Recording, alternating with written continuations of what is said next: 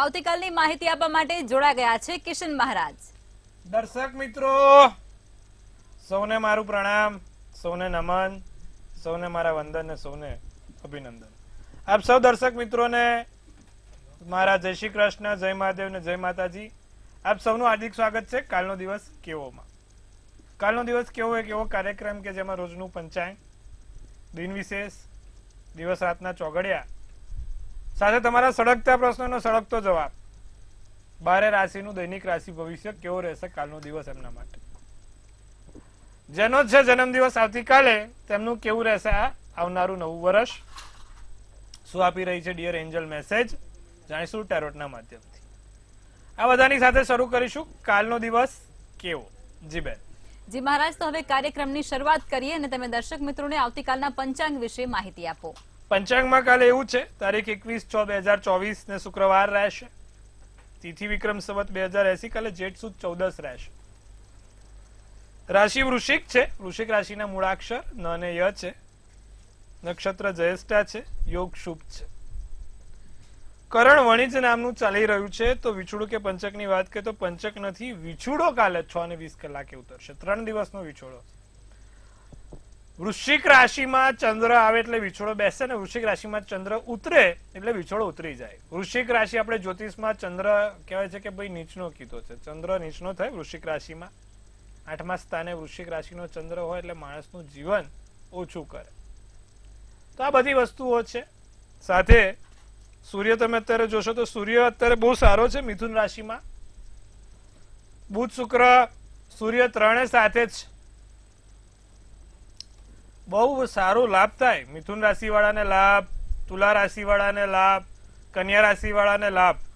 બહુ સારું જ સૂર્ય અત્યારે પ્રબળતા આપે જ તમને લોકો.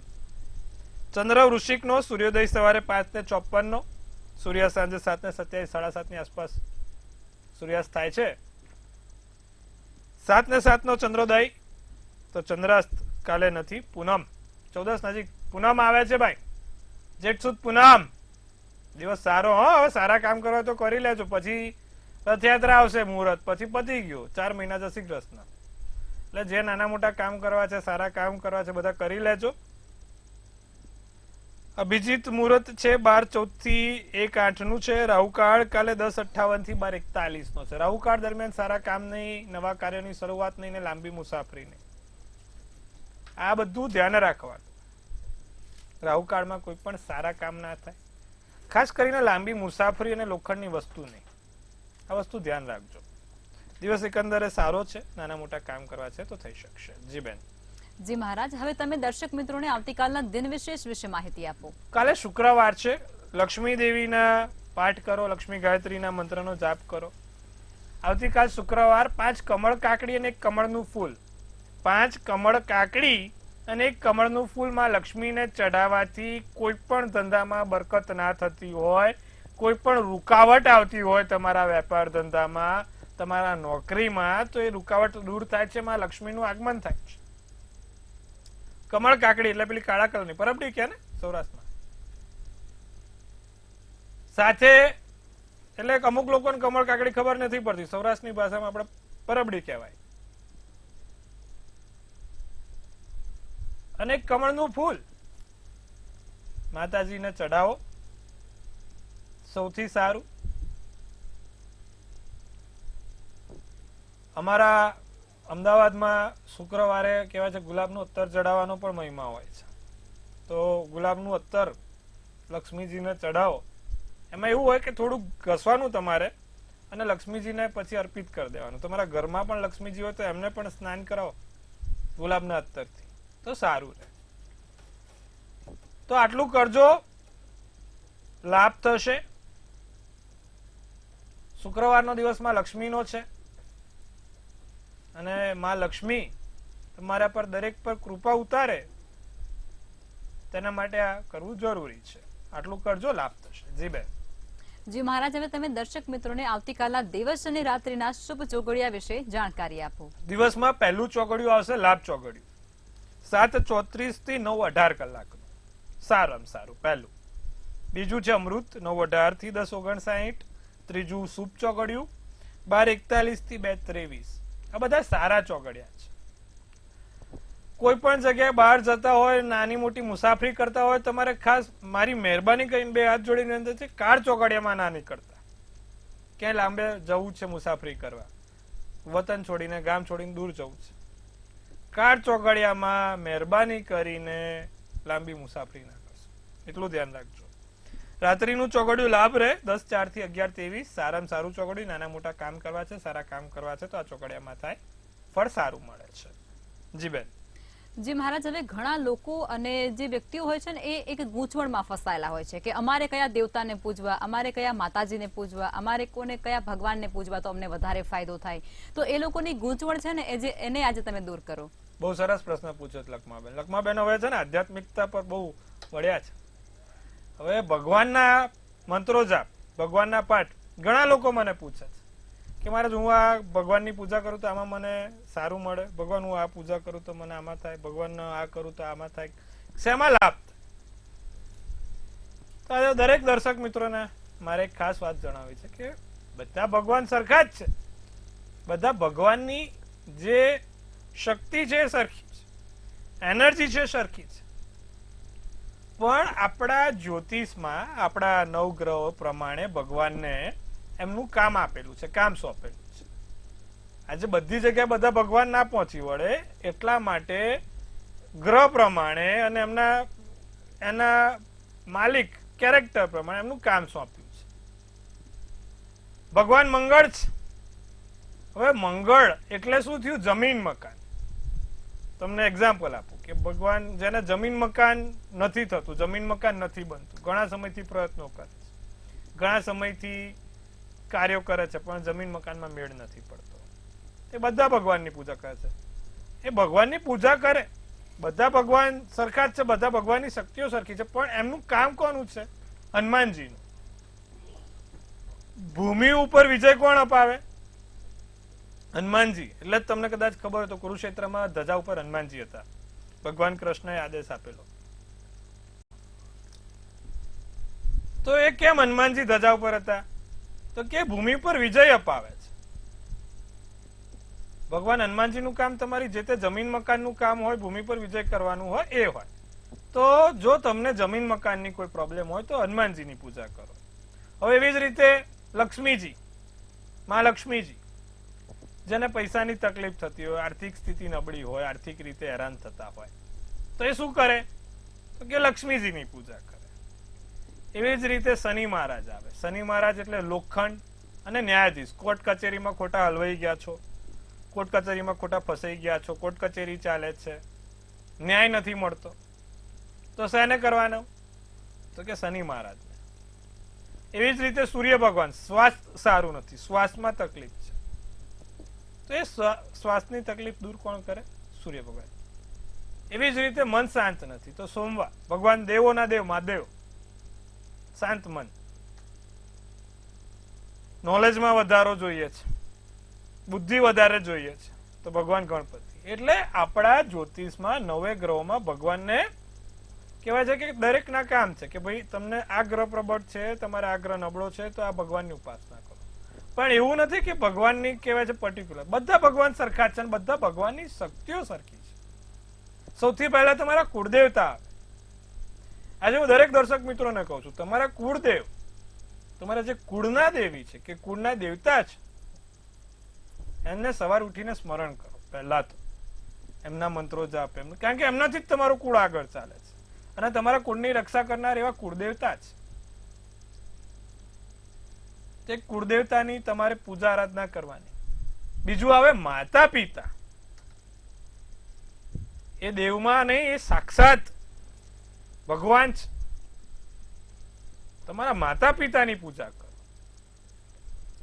એટલે એવું નહીં કે પછી એમને આરતી ઉતારવાની, એમના પછી ફુલાર. અમુક લોકોને તો કીધું ભાઈ માતા પિતાની પૂજા કરજો તો એક છોકરો રોજ ગુલાબના હાર ચડાવે. એમને એવું નથી કરવાનું. માતા પિતાને જે જોઈએ છે, એ લોકોને બીજા કે તમારા કરોડો રૂપિયામાં રસ ના હોય.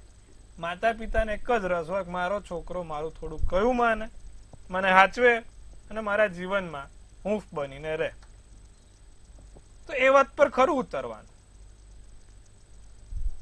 2 મિનિટ પણ એમને, કદાચ તમે દૂર રહેતા હોય વતનથી, ગામથી, 2 મિનિટ પણ ફોન કરી દો ને કે ભાઈ કેમ છો, મજામાં શું?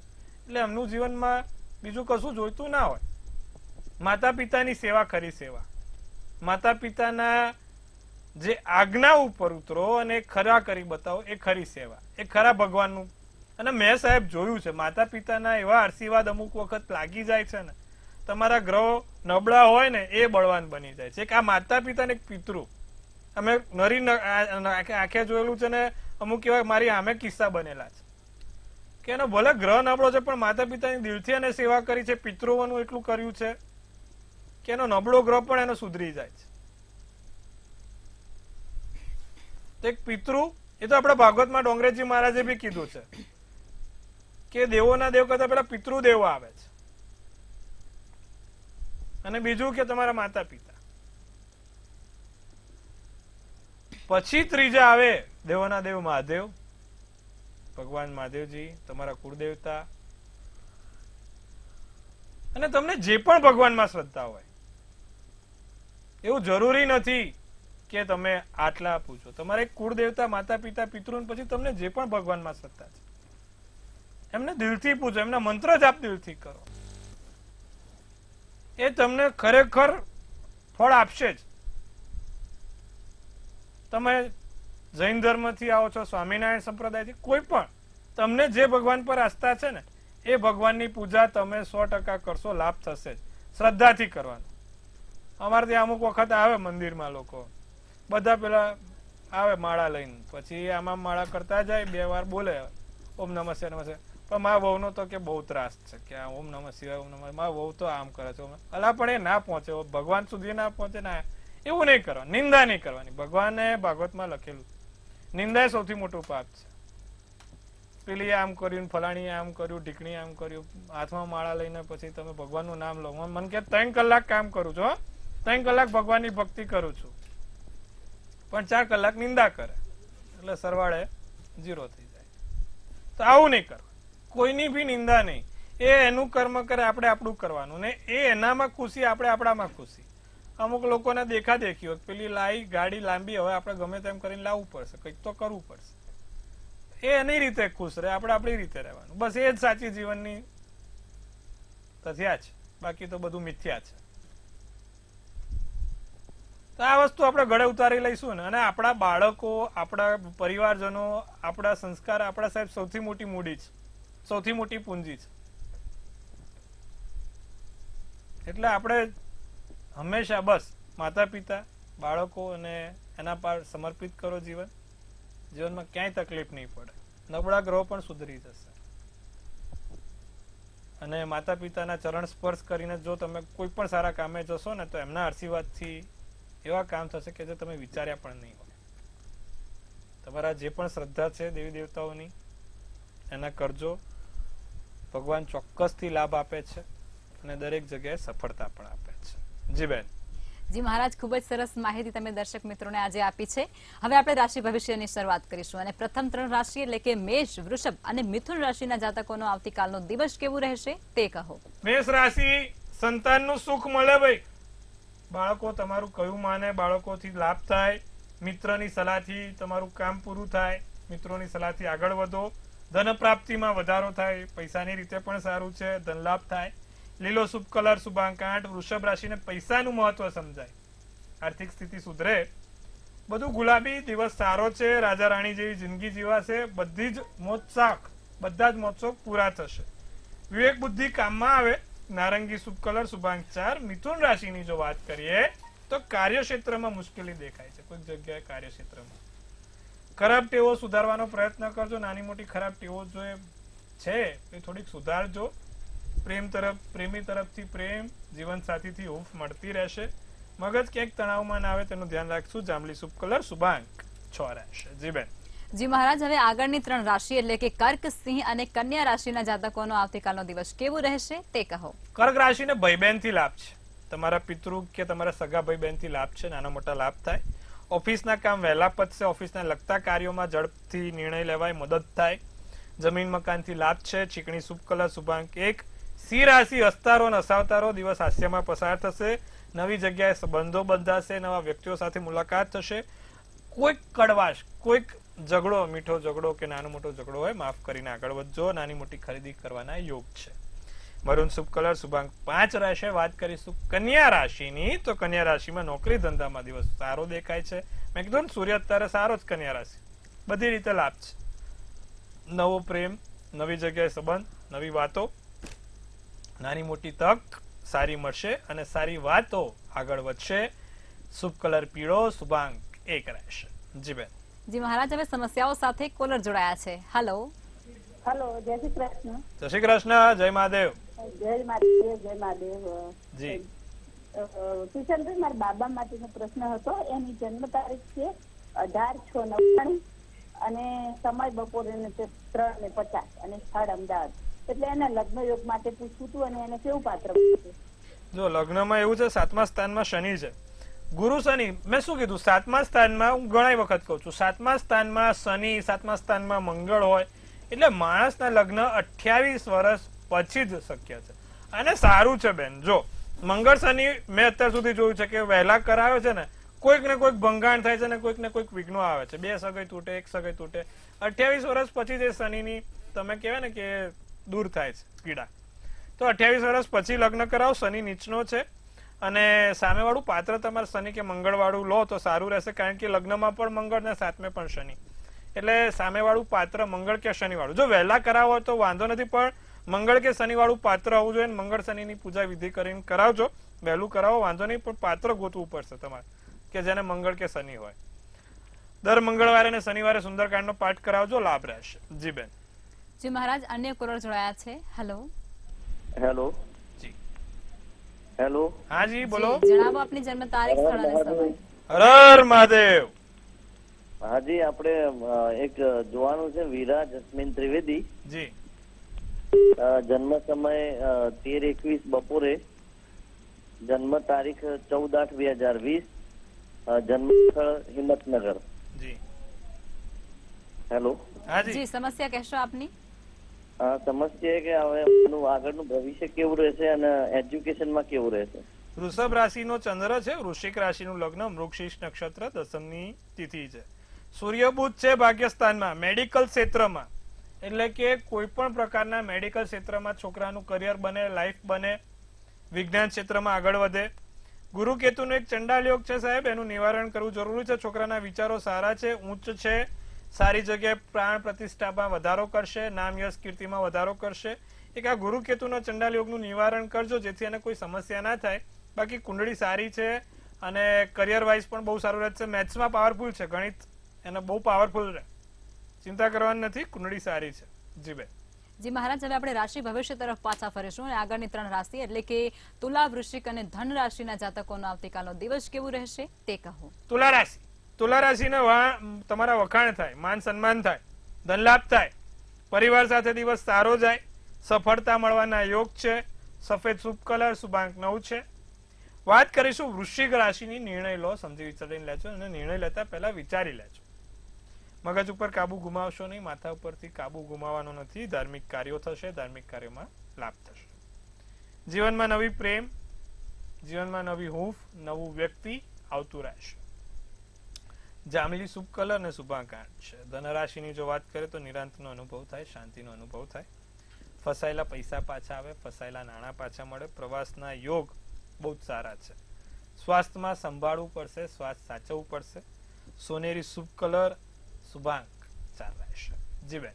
જી મહારાજ, હવે અંતિમ 3 રાશિ એટલે કે મકર, કુંભ અને મીન રાશિના જાતકોનો આવતીકાલનો દિવસ કેવું રહેશે તે જણાવો. નવી આશા જાગે, નવા સપના સાથે, નવા વિચારો સાથે દિવસનો ઉદય થાય. કોઈને ઉધાર આપવું કે લેવું નહીં. જો આવું કરશો તો 2 ગણું થશે. ઉધાર આપશો કે લેશો. પ્રેમ સંબંધમાં વધારો, દિવસ સારો આનંદમય થાય. કેસરી શુભ કલર, શુભાંક 8.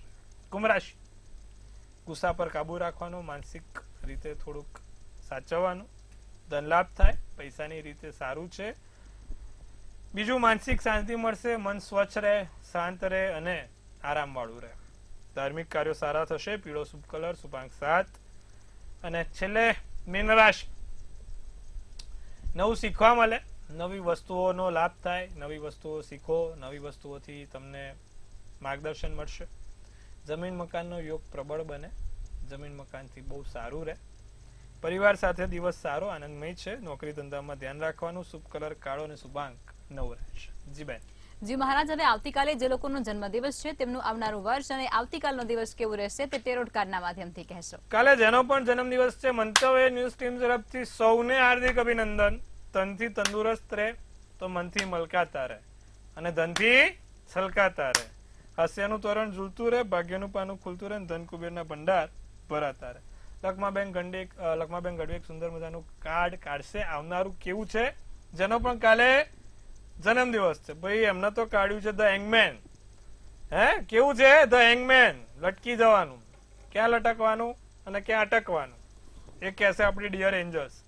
લખ્યું છે ડિલેસ, સ્ટેન્ડ સ્ટીલ, રેઝિસ્ટન્સ અને લેક ઓફ કોન્ફિડન્સ.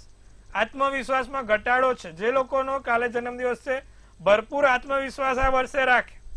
તમારો આત્મવિશ્વાસ ને તમારું આત્મ મનોબળ જો પ્રબળ હોય ને તો સાહેબ માઉન્ટ એવરેસ્ટ ઉપર પણ ઝંડો નાખી આવો. આત્મવિશ્વાસ ને મનોબળ મજબૂત રાખવાનું. હું કરી લઈશ, I will and I will do. અંગ્રેજીમાં કહેવત છે, રોજ 11 વાર બોલવાનું. કાલે જેનો પણ જન્મદિવસ છે, I will and I will do. હું કરી શકું છું ને હું કરીને રહીશ. બરાબર? રોજ સવારે 11 વાર બોલવાનું. આત્મવિશ્વાસ નબળો છે, મજબૂત કરો. બીજું, કાલે જેનો પણ જન્મદિવસ છે, તમારું મન ચક્કરે ચડે છે, ગોળ ગોળ ચર મારું ચકડોળ ચાલે. હજુ નથી ચકડોળ ચલાવવાનું, આપણે વાર છે. કોઈ તજજ્ઞ વ્યક્તિની સલાહ લઈને, નિષ્ણાત વ્યક્તિની અથવા તો માતા પિતા કે પ્રમાણે સલાહ લઈને સારી જગ્યા પર સારા કામો કરજો, પ્રગતિ કરજો. કોઈ ખોટા નિર્ણયો ના થાય તેનું ધ્યાન રાખજો. વરસ સારું છે, ચિંતા કરવાની બાબત નથી. મેં જેટલું કીધું એ કરજો. ઓવર થિંકિંગ નહીં, ડીપ થિંકિંગ નહીં, કોન્ફિડન્સ લેવલ, મનોબળ પાવરફુલ. શું કરવાથી આખું વર્ષ સારું જશે? ભગવાન શંકરની પૂજા કરવાની છે. જેનો પણ આવતીકાલે જન્મદિવસ છે, નિત્યક્રમ પ્રમાણે દર સોમવારે ભગવાનને દૂધ અને પીળા કલરની સરસો, રહી કહેવાય, પીળી રહી, દૂધ અને પીળી રહી, આપણે સ્ટીલના લોટામાં દૂધ, પીળી રહી, શિવ પંચાક્ષર સ્તોત્રમનો પાઠ કરતા કરતા ચડાવવાનું છે દર સોમવારે. આખું વર્ષ સારું ને સુંદર જોવાશે. જી બેન. જી મહારાજ, અમારી સાથે જોડાયા અને દર્શક મિત્રોને આટલી સરસ માહિતી આપી તે બદલ આપનો આભાર. સૌને ખૂબ શુભેચ્છાઓ. ધન્યવાદ.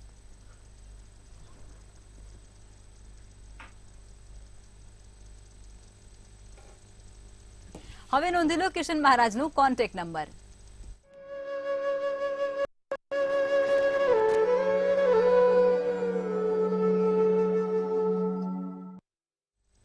આ સાથે જ મંતવ્ય ન્યૂઝના ભવિષ્યલક્ષી કાર્યક્રમમાં અત્યારે બસ આટલું જ. કાલે ફરી મળીશું અને ત્યાં સુધી જોતા રહો મંતવ્ય ન્યૂઝ. નમસ્તે.